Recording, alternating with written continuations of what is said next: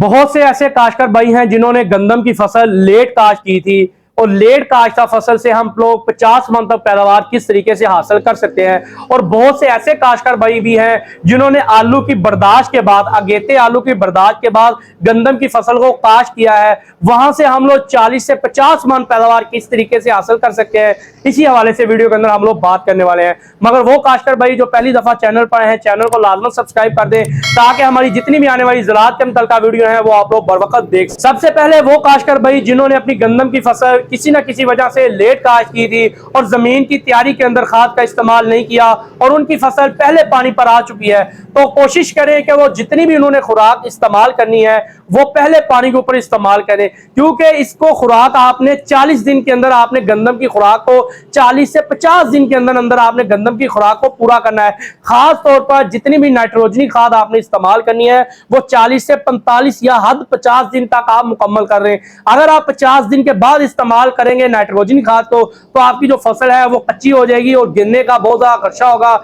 जिसकी वजह से पैदावार के अंदर बहुत ज्यादा गिरावट आपको देखने को मिल सकती है। तो इसके लिए आपको चाहिए कि जितनी भी नाइट्रोजनी खाद आपने इस्तेमाल करनी है वो आप पहले पानी के ऊपर करें। अगर आपको यूरिया मिल रही है, जिस तरह आप लोग जानते हैं कि यूरिया की बहुत ज्यादा किल्लत हमें देखने को मिल रही है, तो आप यूरिया की कोई भी शक्ल आप इस्तेमाल कर सकते हैं, चाहे वो आपको अमोनियम सल्फेट मिले या आपको जबरदस्त यूरिया मिली हो या सादा यूरिया मिल रहा हो, तो उसको आप कोशिश करें कि 1.5 से 2 बैग तक यूरिया जो है आप लोग लेट काश्ता गंदम के अंदर पहले पानी के ऊपर आप लोग इस्तेमाल करें। और अगर आपकी गंदम की फसल लेट काश्त हुई थी और दूसरा पानी करीब आ चुका है, 50 दिन पर अगर आप लोग पानी लगाना जा रहे हैं, तो आपने कम से कम 1 बैग जबरदस्त यूरिया या सादा यूरिया का लेट काश्ता गंदम के अंदर लाजमन इस्तेमाल करना है। और जितनी भी अगर आपने फास्फोरसी खाद पहले इस्तेमाल नहीं की थी तो यहां पर कम से कम दूसरे पानी के ऊपर आप लोग 2 बैग नाइट्रोफेस के लाजमन इस्तेमाल करें। इसके बाद अगर आपकी लेट काश्ता गंदम पहले पानी पर आई है तो पहले पानी के ऊपर 1 से 1.5 बैग नाइट्रोफेस का आप लोग लाजमन इस्तेमाल करें। इस तरीके से आप लोग एक अच्छी खासी पैदावार आप लोग हासिल कर सकते हैं। अब हम लोग बात करते चले वो काश्तकार भाई जिन्होंने अगेते आलू बर्दाश्त करने के बाद गंदम की काश्त की है।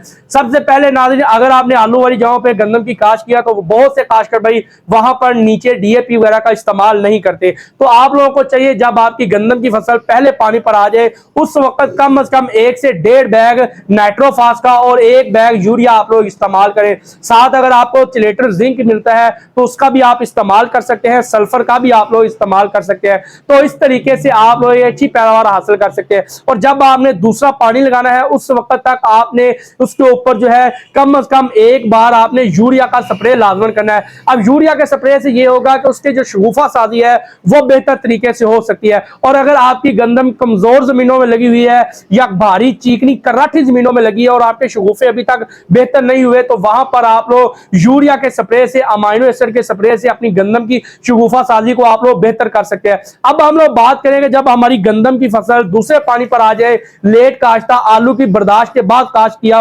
काश्त की हुई फसल, तो वहां पर आपने कम से कम अगर पहले नाइट्रोफास इस्तेमाल नहीं की तो दूसरे पानी के ऊपर आपने 1 से 1.5 बैग नाइट्रोफास का और 1 बैग आपने यूरिया इस्तेमाल करने के बाद आप लोग गंदम से कम भी 40 से 50 या 35 मन तक पैदावार आप लोग हासिल कर सकते हैं। लेट काश्ता जितनी भी गंदम है वहां से अच्छी पैदावार हासिल करने के लिए खाद का सही तरीके से इस्तेमाल इंतहाई जरूरी है। चाहे वो आप पानी के जरिए इस्तेमाल कर रहे हो, चाहे वो आप स्प्रे के जरिए इस्तेमाल कर रहे हो, तो लेट काश्ता से अगर आपने 40 से 50 मन तक पैदावार हासिल करनी है तो वहां पर खादों का आपने मतवाजन तरीके से सही मिकदार के अंदर इस्तेमाल करना है और स्प्रे का भी आपने खास ख्याल रखना है। यह नहीं कि आपने लेट काश्त के अंदर लगा दी और 1 बैग यूरिया डाल के आप सोच रहे हो कि हमें 40 से 50 मन पैदावार मिल जाएगी, तो यह बात दरअसल गलत है। स्प्रे के अंदर आप लोग अमाइनो एसिड का भी इस्तेमाल कर सकते हैं, आप लोग पोटाश का भी इस्तेमाल कर सकते हैं और आप लोग चिलेटर जिंक स्प्रे वाली का भी इस्तेमाल करके गंदम के शगुफा साजी को आप लोग बेहतर कर सकते हैं। जितने अच्छे शगुफे होंगे